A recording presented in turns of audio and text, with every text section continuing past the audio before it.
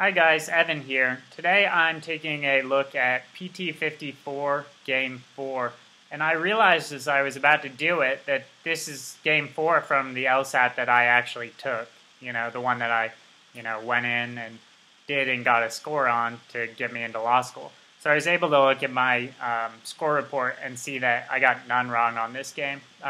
My only problem wrong on this section was a stupid mistake that I made in Game 3. So, yeah, anyways, it's cool to kind of see the game that I did all those years back as part of my real test. So, today I'm going to do a live solve of it for someone who requested it in the study group. And I haven't seen this game for at least a couple of years, so it's pretty fresh to me.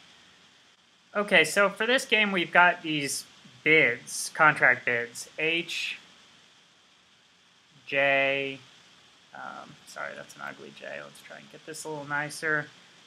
K, R, S, and T. And they're going to be ordered from highest to lowest cost. And, it's funny, you kind of have to infer that from looking at the rules. They don't come out and say anywhere that what we're doing is ordering, but they talk about what's lower and what's higher and stuff, so it's pretty obvious that we're ordering them. And we're reviewing exactly 6 bids, right? And no two have the same cost, so you can confidently put your little order out here. 1, 2, 3, 4, 5, 6.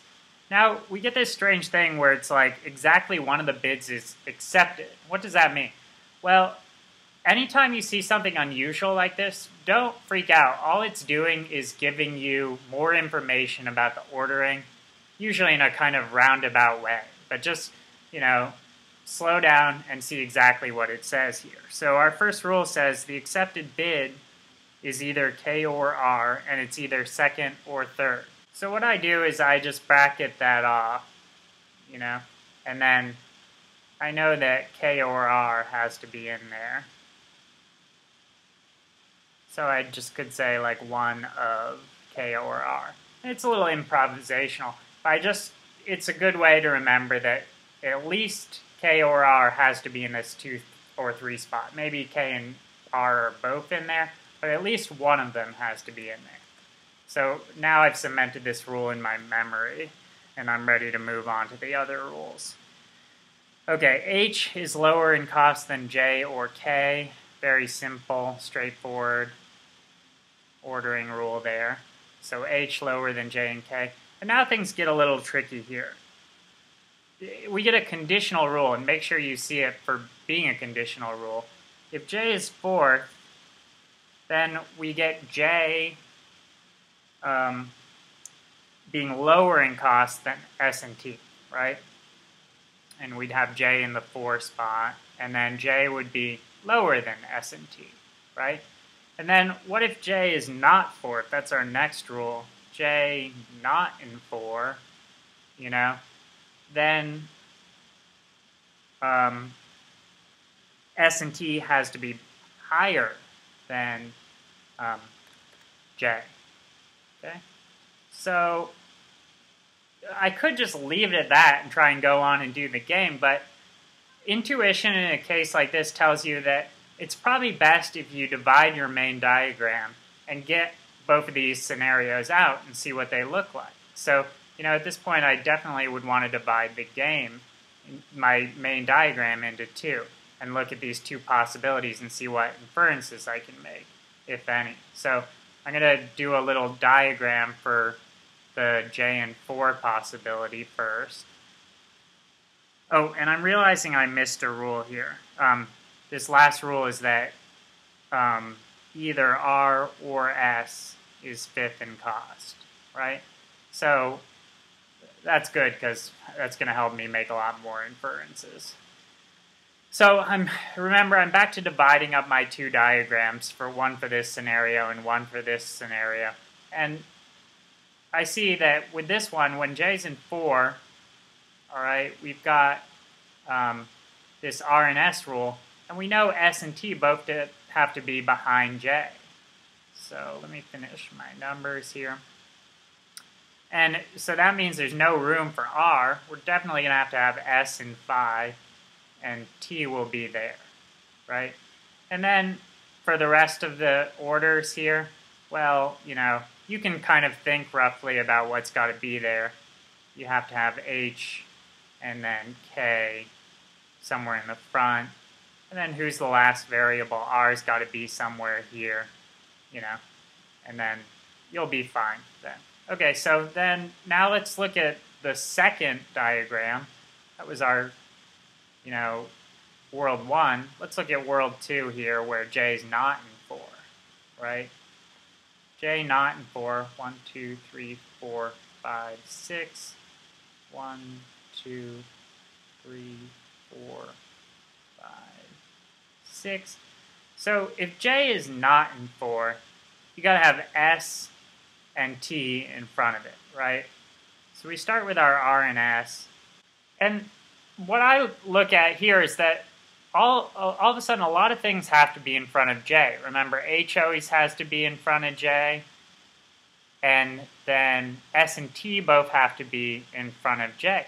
So it looks like maybe the earliest we could get J, if it was not in the 4 spot, is 3, right? But then H, S, and T all have to be in front of it. And there's no room for all of those things, right? That's no good. So, and if we put J in 4, well, then we're back up to scenario 1, right? So the only place left is 5 and 6. You can't go in 5, so it's stuck in 6. Remember, R and S are in 5. So in this world number 2, instead of J being any old place, it's stuck back in 6. And then do we know anything about whether R or S is here in 5? No, we don't. But all these remaining variables are going to go up into this front area. And we got to follow our K and R rule always. So we always have to be aware of that KR rule about 2 and 3. I flipped my little bracket around, but that bracket just reminds me to pay attention to that K and R rule. Okay, so with that, I'm feeling pretty confident that I'm ready to go on and actually look at the game. So we'll get ready to do that. Okay, I'm going to skip 18. That's the acceptability rule. You still do it the same way you do any other acceptability question, and take your rules one at a time, see where they're violated, and you're left with one answer choice remaining. So we're going to move on to 19. It's asking which one of the bids cannot be the 4th lowest in cost. So 4th lowest in cost, what I'm always looking at, that's towards the back end, right? So what's a variable that has to have a lot of things in front of it, or sorry, behind it? Well, the main thing I'm looking at is H. We know J can be 4th, right? Even though J in that 4th scenario has to have a lot of things behind it. We've seen in our world 1 that that's okay. But H has to have both J and K behind it. Is that possible? Let's put it in 4th. We can't do it there, obviously. Well, in our world 2, there's no room for K to be behind it. R and S fills the 5th spot, and J is back there. So H is a likely suspect. And then when we try it in the only place where we could put it in 4, which is our world 2, we see immediately, no, H can't be back there. So what can't be 4th lowest in cost? H. Always remember to look for likely suspects. Whenever you're talking about jamming something in to somewhere towards the end of the order, look at a likely suspect as being some variable that has to have a bunch of stuff after it, and maybe all that stuff can't fit in. Okay, so 19A, on to 20. 20 asks us which cannot be the 2nd lowest in cost. And we could do that same usual suspects analysis here, where we look at a variable that has to have a bunch of stuff in front of it. But here, remember, these 2 orders down here are our only possible 2 orders for this game. And we've already got somebody who we know is always fixed in, right? And that's J. It's either in this 4 spot or this 6 spot. Every time, anytime we're doing an order for this game, one of those 2 things has to be true. So who can't be the second lowest in cost? The first thing you should look at is J, and that's the answer. B. J can't be the second lowest in cost.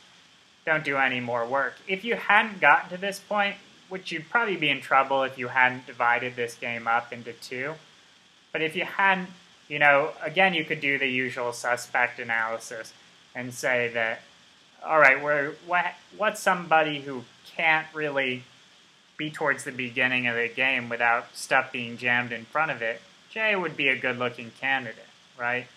Because if he's not in 4, he's got to have both S and T in front of him. So if you put him not in 4, i.e. in 2, S and T have to be in front. That's no good. Okay, 21, we're told R is the accepted bit. So if we're looking at our order, well, that means that R is either in 2 or 3, right? We don't know yet which of those two spots, right? So what's an inference we can make from that? Well, the only rule we have that's directly about R and S, other than the accepted bid rule, is this rule right here. And so if R is up in this 2 and 3 spot, we know it can't be in 5. We're stuck with S, right? Being back here. So that's an inference. Before trying to do anything else, see if you've solved the question with that. And a quick scan of the answer choices. Let's see, T is the lowest cost. No. K second. R third.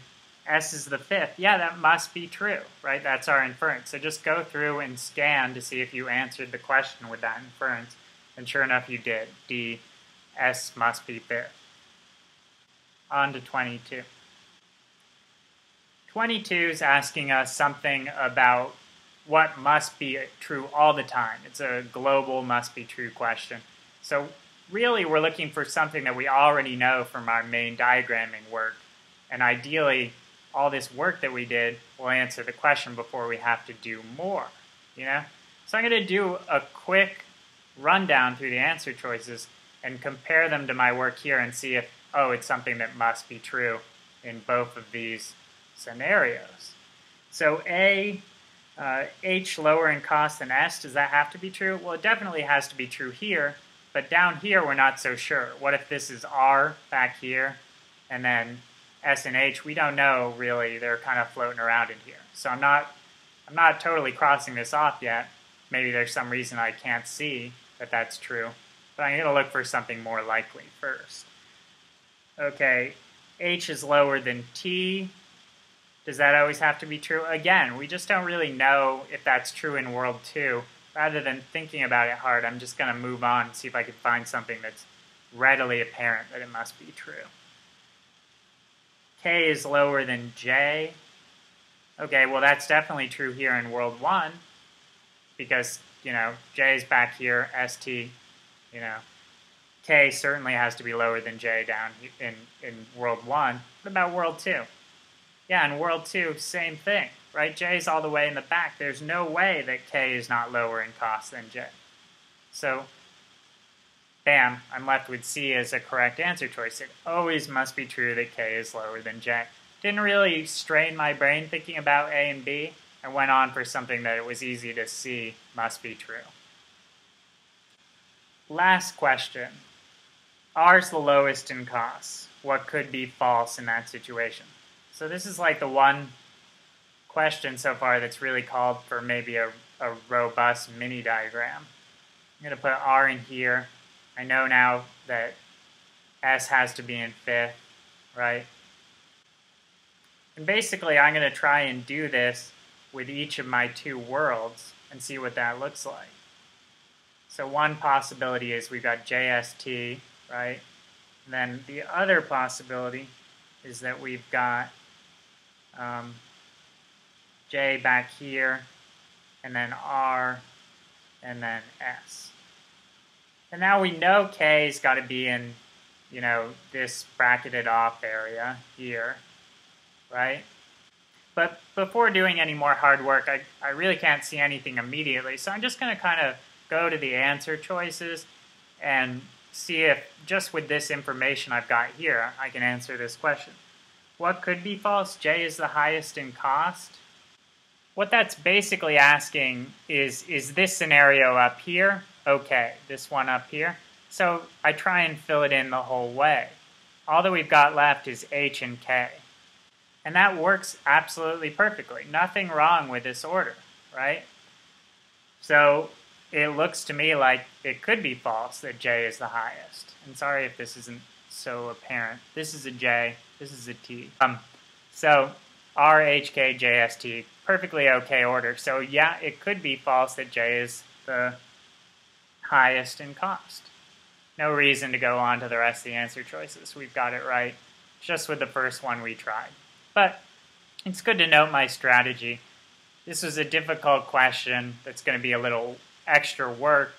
I've got to see what this scenario with R being lowest looks like in each of my two worlds.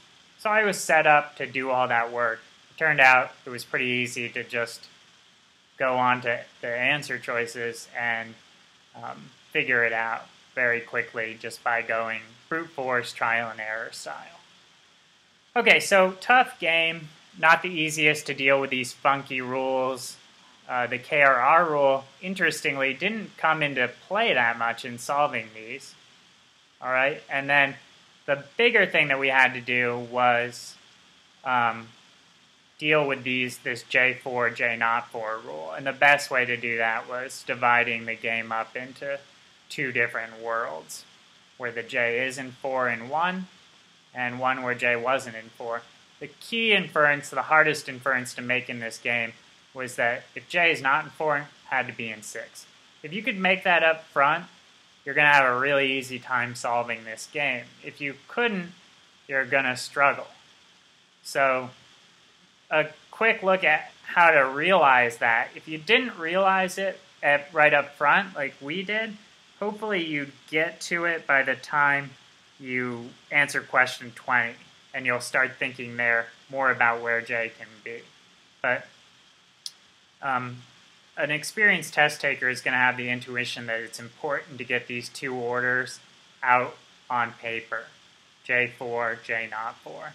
And that leads us to these two worlds that then make it very easy to solve the problems. So definitely apply this strategy whenever you can. And we talk about it in our courseware area on splitting up games. Okay, thanks a lot. Talk to you guys soon. Bye.